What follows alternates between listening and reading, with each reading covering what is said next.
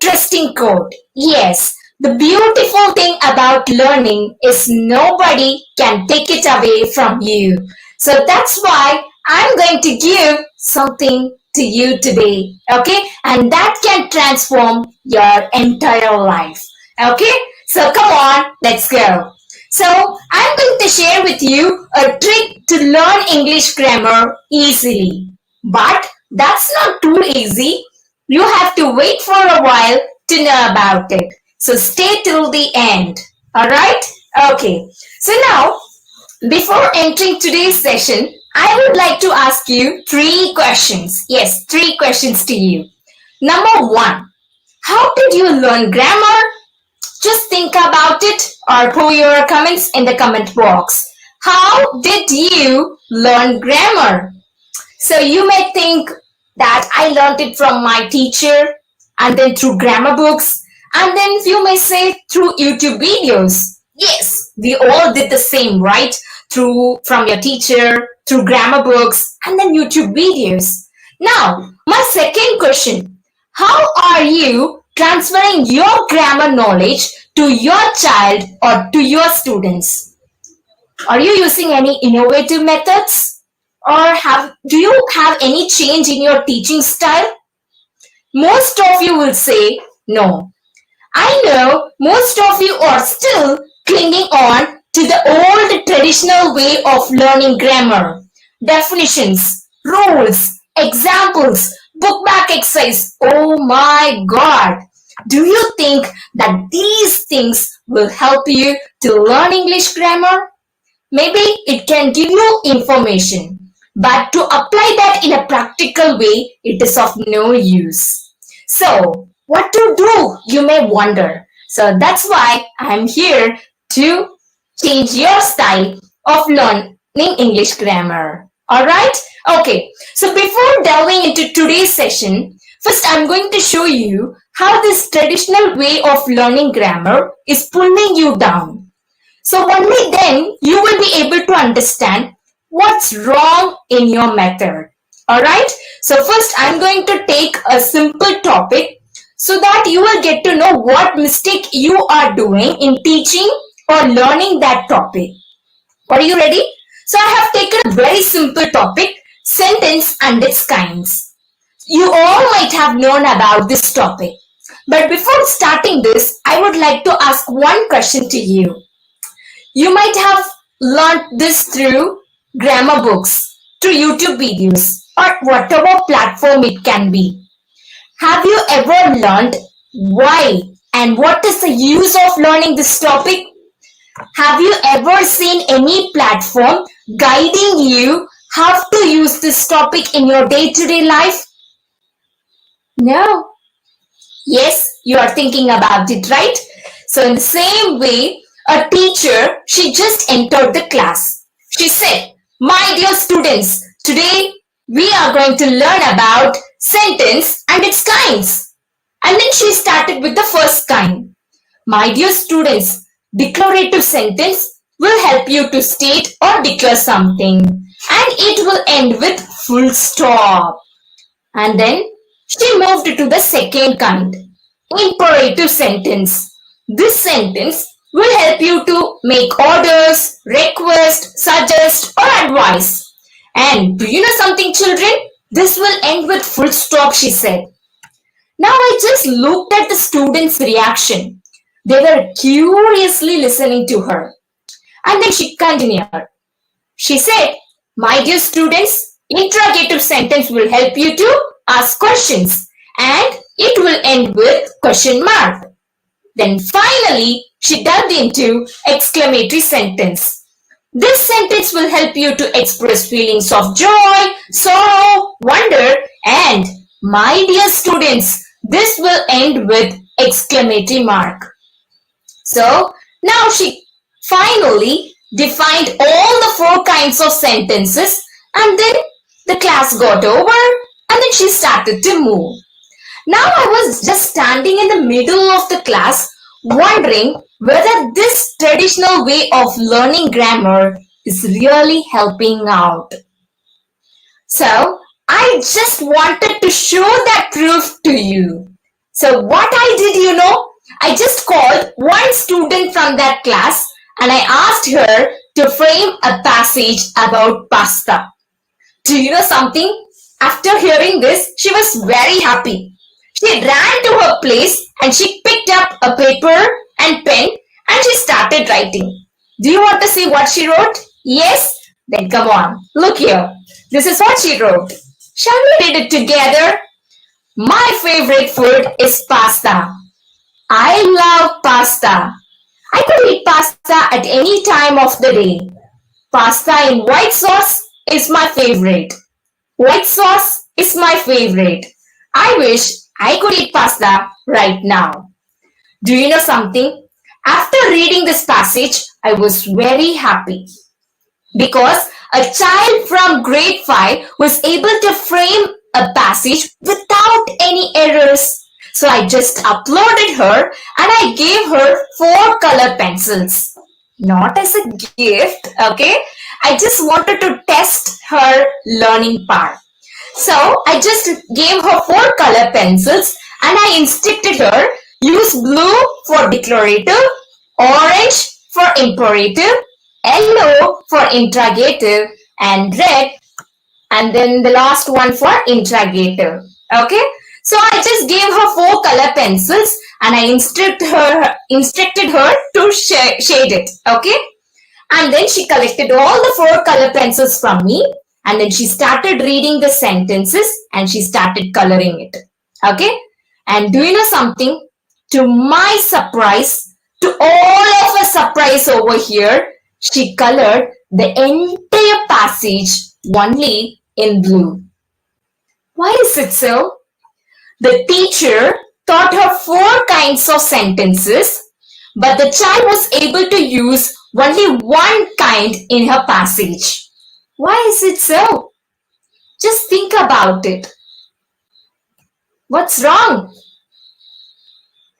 Why? You can write your answers in the comment box. So we would love to hear that. There are some people who are watching us live.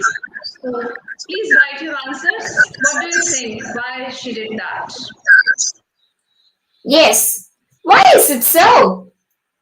The teacher clearly defined all the 4 kinds of sentences, but the child was not able to use all the 4 kinds in her passage. Why is it so? Is the teacher method boring?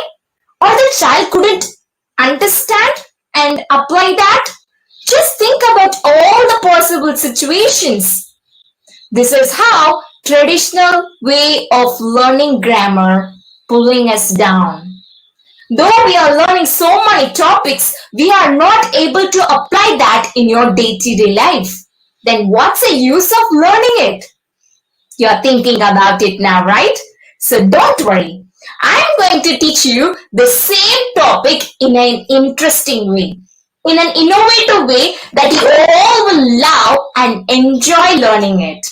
Do you like to know about it? Yes? Then type yes in the comment box. Are you ready? Then come on. So in my session, I want all my participants to interact with me. Yes? So whenever I raise a question, please put your answers or put your comments in the chat box. Okay? Alright. So now let's move forward. So I would like to ask you this interesting question. Yeah. Why do you want to talk? For what reasons you will open your mouth and speak to the other person? Come on, please share your answers in the chat box. For what reasons you will open your mouth and speak to the other person? Come on. All right. So I hope you're all thinking and working about it. All right. Now you may say, oh yeah, I want to communicate. I want to share my expressions. So I speak with my friends like that. Yes, exactly. You are right. Why do you talk? To tell something, to ask something to others, and then to request or order someone you will speak out. And then to express your feelings, you will speak out. Am I right? So we are getting some good answers over here. to share opinions, to convey messages so that I convey my thoughts. Thank you for responding, everyone. Yeah, please go ahead. See, as you all said, I have jotted down the important points on the screen. Am I right? Yes, I hope your answers will come under this. To tell something to others, you will speak out, right? Yes. To ask something to others, definitely you will speak out. And then to order or request someone, you will speak out, right? And then to express your feelings, definitely you will speak out. Am I right? So in all these situations, if you look at it very closely, to tell something, what do you need? You need a sentence. To ask something, I need a sentence. To order or request someone, definitely I need a sentence. To express your feelings, I need to frame it out. Am I right? So in all these situations, you need to frame a sentence. So today, what are we going to talk about? Sentence and its kinds. Are you all ready? Then come on, let's go. See, I'm not going to tell you any definitions or rules here. I have just collected the answers from you and then I'm going to relate your answers with my topic. That's it. So what was your first answer? To tell something, to share your opinions, to share, to communicate. You will speak out, right? So all those telling sentences will come under declarative. Simple. Whenever you tell something to your friends, to anybody it can be, that means you are using declarative sentence. By looking at the topic itself, you can easily find out what it is all about. Declarative sentence will declare something to you. Done. Alright. It can be any information or it can be any fact as well. Fact in the sense something that you cannot change. Alright. So that comes under declarative. Like milk is white, sky is blue, I am teaching, my mother is cooking. So all these sentences are telling something to you. That means it is declarative. That's it. Done. Alright. And if you are telling something to the other person, you should end that sentence with the most important person, which is none other than full stop. Okay? Alright. Now what was your next answer? Yes. To ask something to others, you will speak out, right? Yeah. Most of the time, we are curious to know everything. So what you will do? You will ask a lot of questions, right? Yes. So whenever you are asking something to the other person, you are using interrogative sentence. That's it. It can be any question. What are you doing? Where are you from? All these are questions. So all those asking sentences will come under interrogative. That's it. Over. So look at the sentences. When is your next class? What are you doing? Now, most of the time, you will use the WH words. Who, what, where, all these words to ask questions, right? But do you know something? You can use helping words also to frame questions like is, am, or, was, where. So all these are helping words. You can use that to frame questions as well. Look at the third one. Are you listening to me? Are. It's a helping verb. May I come in? May. Helping verb. Alright? So hereafter, you try to use the helping verbs as well. Okay? And then, interrogative sentences will end with the most important person, question mark. Okay? Alright. Now, let's delve into the next one. But before that, what's there on the screen? Do what I say. Sit straight. Raise your hands.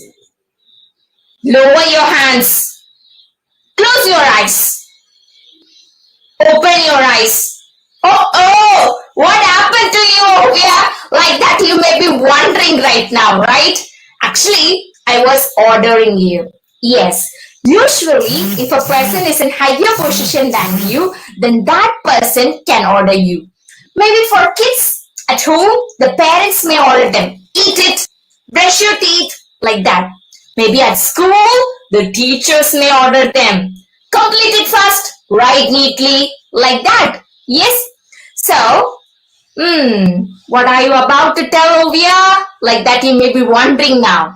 See, if you would have listened to my sentences very carefully, you might have noticed something very different. What it is? Did I mention anybody's name here? Did I say, Chotu, raise your hand. Teju, lower your hand. Did I mention anybody's name here? No. That's the speciality of imperative sentence. Okay? It will help you to order the other person, and when you order the other person, you will not mention that person's name. All the sentences will start with the verb. For instance, I'll not say, Chotu, come here, Botu, go there. No, I would say, come here, go there, do this, do that. So I'll just order the other person by starting with the action word. So that's a speciality of imperative sentences. Okay, so look at all these sentences here. Do what I say, touch your head, pinch your cheeks. So the sentences are beginning with the verb, and that's the speciality of imperative sentences. Okay, and if you, then the ending word, the punctuation is full stop again here. So now you may think, what, Ovia? Declarative sentences also ending with full stop, imperative as well. So what's the difference, you may ask me? Actually, both the sentences will end with full stop, but there is a difference. If you want to notice that, just move to the first word of all these sentences. It is beginning with the verb. So if a sentence ends with full stop and if it begins with a verb, that's imperative. If there is a subject, it's declarative. Simple. Alright? So now I have one more question to ask you. A very interesting question because you are quiet for so much time, right? Alright. Now, suppose if you want to change all these orders into a request, what one word will you add in the beginning of these sentences? Come on, please share your answers. What one word will you add in the beginning of these sentences to change that into a request? Ma'am, did anybody drop any comments? I will let you know. So far, I could not see anyone. So Miss Ovia is asking you to answer the question that, people are writing. Okay. All right. Okay. Let me continue. Yeah, think more in between. Yeah, well then, super, good try. Actually, you have to use the word please. Please do what I say. Please close your eyes. Please open your eyes. So if you use the word please in front of these sentences, that's it. It will change into request. But even after this word please, you will be able to find only the verb. Okay, that's the speciality of imperative sentence. Okay, all right. Now let's move to the next one. To express your feelings, you need to frame a sentence, right? And whenever you express or exclaim your feelings, those kind of sentences will come under exclamatory. Now you may think, Ovia, can a sentence express feelings like that? Yes, it can. Look at my first sentence. Hooray! I scored 50 marks. That means I'm very happy. Am I right? But look at the second one. Alas, I have scored 50 out of 100. That means I'm really sad, right? Because I have just scored 50%. And if your parents see that report card, you have scored just 50 out of 100. Oh, they are really angry at you. Look here. Who said that sentence cannot express feelings? It can do it, right? So all that you need is interjections like this. Hooray, wow, ouch, like that. Suppose if you don't know these interjections, don't worry about it. Just write the sentence and put an exclamatory mark at the end. It will change into exclamatory sentence. Okay? Alright. So now, whew, I completed teaching. Now you tell me, did I teach you any definitions? Any rules? I just collected the answers from you and I just related my answers with the topic. That's it. Done. Yes? So, now the child will start to think, okay, I'm telling something to my mother. That means I'm using declarative. And my teacher is asking something to me. That means she is using interrogative sentence. And I'm expressing my feelings now. That means I'm using exclamatory. So the child will start thinking about it and they will be able to apply that in their day-to-day life. Okay?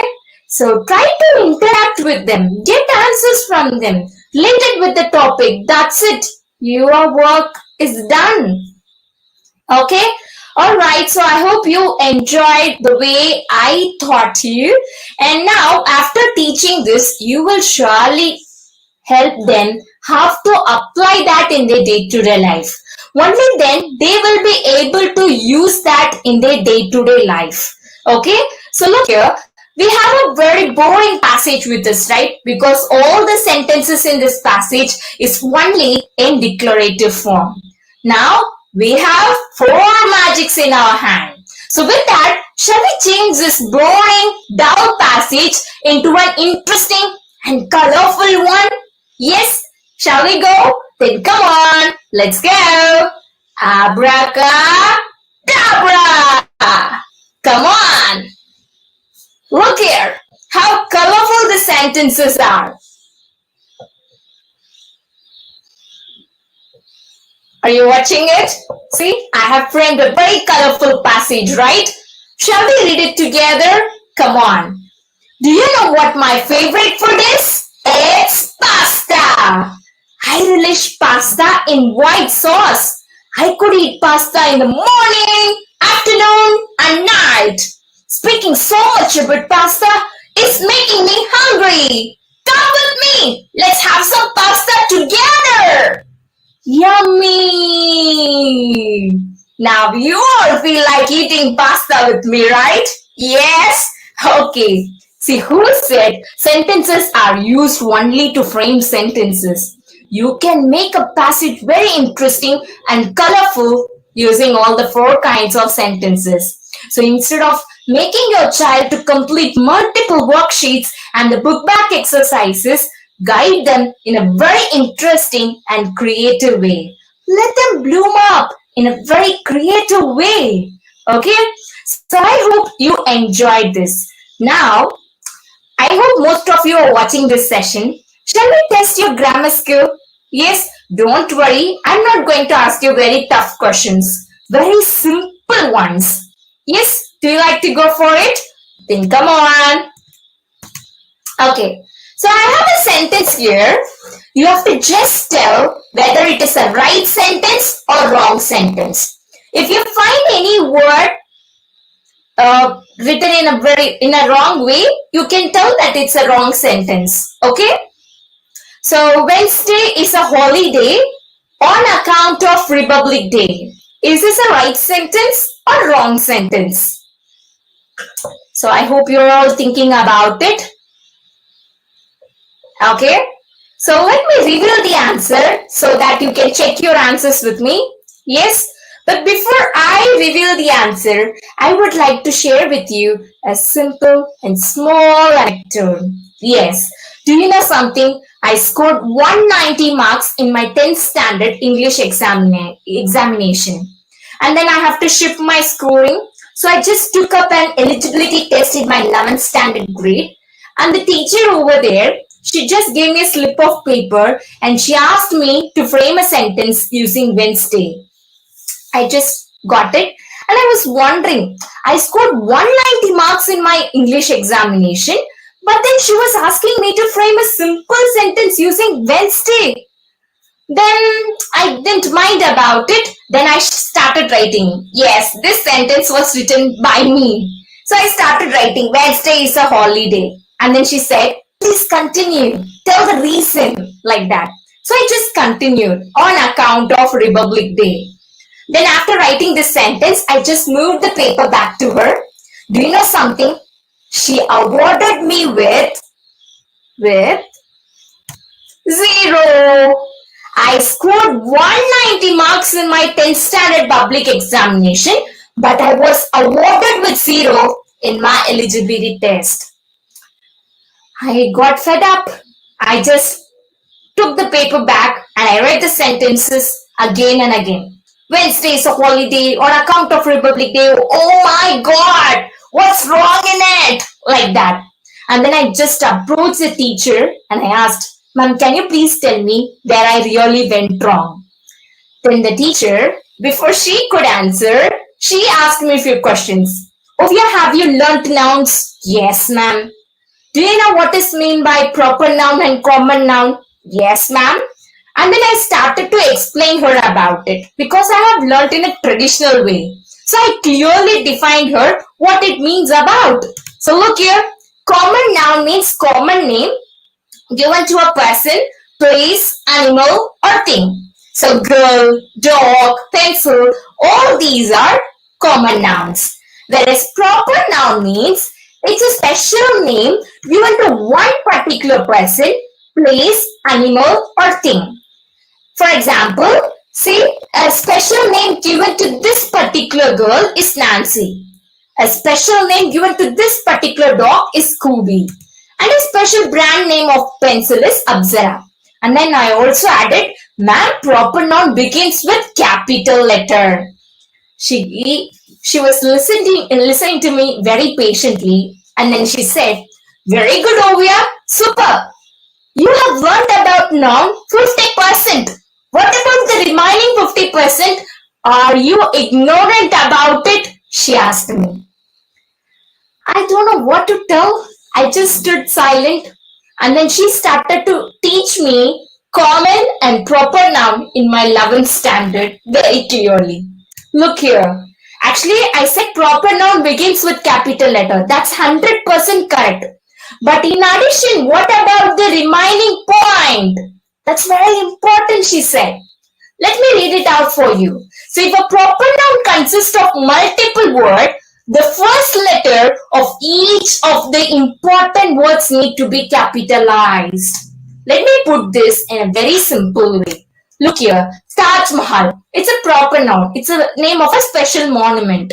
So what we will do, it should start with capital letter. So we will capitalize T. But if a proper noun consists of multiple words, more than one word, so Taj Mahal, more than one word, then you have to capitalize the first letter of each word. So T capital, Mahal M also should be capitalized. So Thomas Alva Edison, T capital, Alva A capital, Edison E capital. Can you understand now? I didn't know about this because my teacher used to insist, oh yeah, proper noun starts with capital letter, started with capital letter. Why? Even my parents used to insist, oh yeah, your name is a special name, started with capital letter, like that. But nobody taught me about this. Now whom should be blamed? The teacher or my parents or myself for being ignorant for 10 years? Maybe most of you over here are hearing about this for the first time.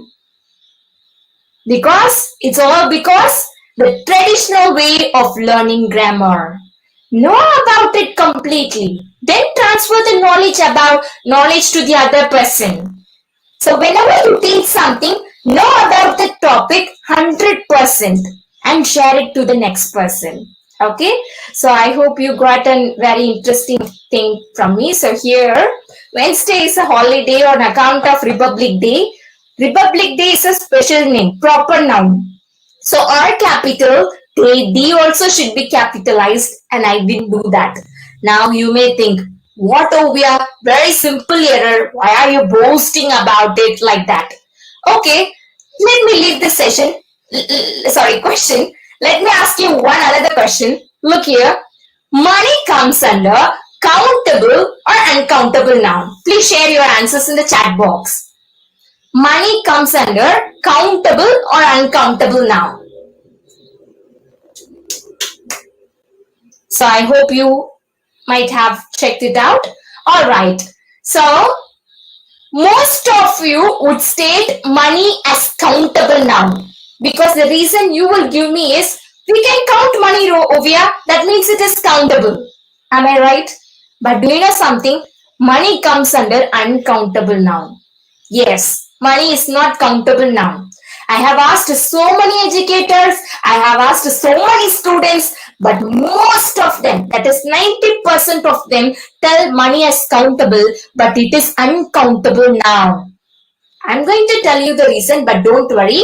But before that, let me ask you one more question. Stars come under countable or uncountable noun. Please share your answers. So I hope you might have answered. So let's check it out. So I think most of you would have chosen uncountable because we can't count stars over here. So it is uncountable. But do you know something? Stars come under countable noun. Now you may wonder what are you telling like that?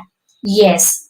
Actually, will you be able to tell I have one money? See, if it is countable, you should be able to count it using numbers, right? Will you be able to say I have one money, I have two money, I have three money, like that? And does this word money have plural form? No. Then how can you tell that is countable noun? For example, coins or rupees, you would be able to say, I have one coin with me. I have two coins with me. So you will be able to number it. So it is countable. If you can't number it, it is uncountable. Okay, you will not be able to have a plural form for that word also. Let's apply the same thing to this word star. Will you be able to number it? Yes, you can. 1 star, 2 stars, 3 stars. Yes, logically you can't count stars, but you will be able to point out and speak, right? I could say 1 star in the sky shining very brightly than the other stars. I usually see 3 stars in the same line. See, you will be able to point out and speak, right? So that means it is countable. Alright? So don't tell if you can count, it is countable. If you can't count, it is uncountable. No.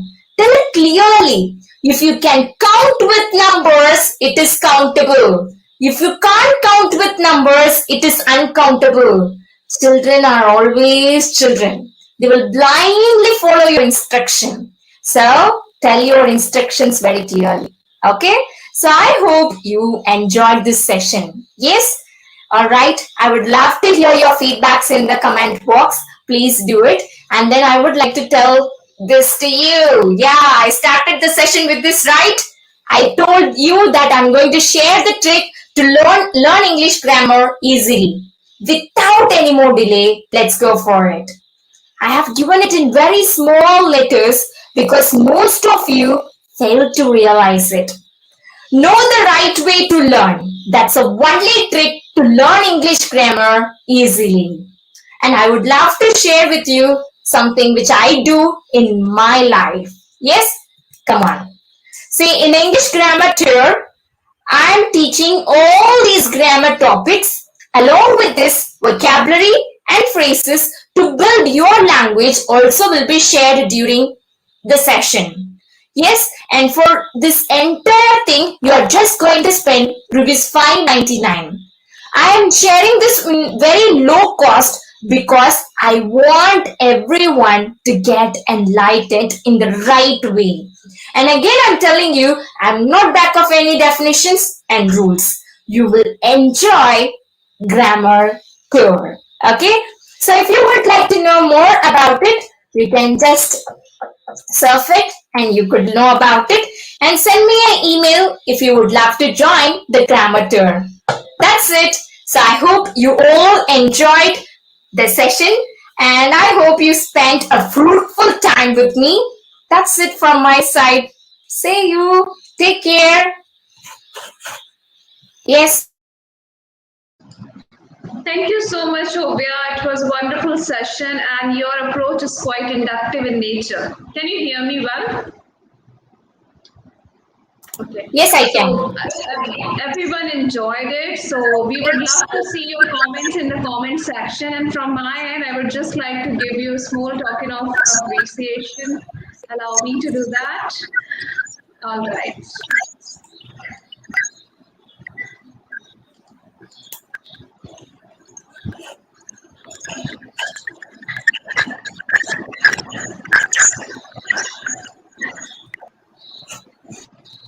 Thank you so much, Ovia. It is for you, and it is on behalf of the Teachers Tribe International Community. Thank you so much for spending your quality time with us and enlightening us with such a thought-provoking session. Thank you. Yeah, welcome, ma'am. Could you see the certificate? Yes, I saw. Yeah, thank you so much. And for the audience, thank you so much for joining us. And we were quite happy to see your participation. It was amazing. And yeah, there was a technical glitch, so half of the participants are, very confused. So here's a link coming for you all. So all the live participants will receive the certificate. So please fill the form and write your correct name, right? So certificates are auto-generated. So if you write a wrong name, you will find a wrong name only. Okay, thank you so much. So, Ovia, would you like to conclude today's session by saying something? So any tips, anything? Would you like to conclude it? No, I'm happy that I made this session and I have shared enough information about grammar to everybody. And thank you so much for giving this opportunity, ma'am. Thank you. Thank you so much for coming forward as a guest, and thank you so much for accepting our invitation. We would meet again in future. Thank you so much, Ovia. Have a good night. Thank you, everyone.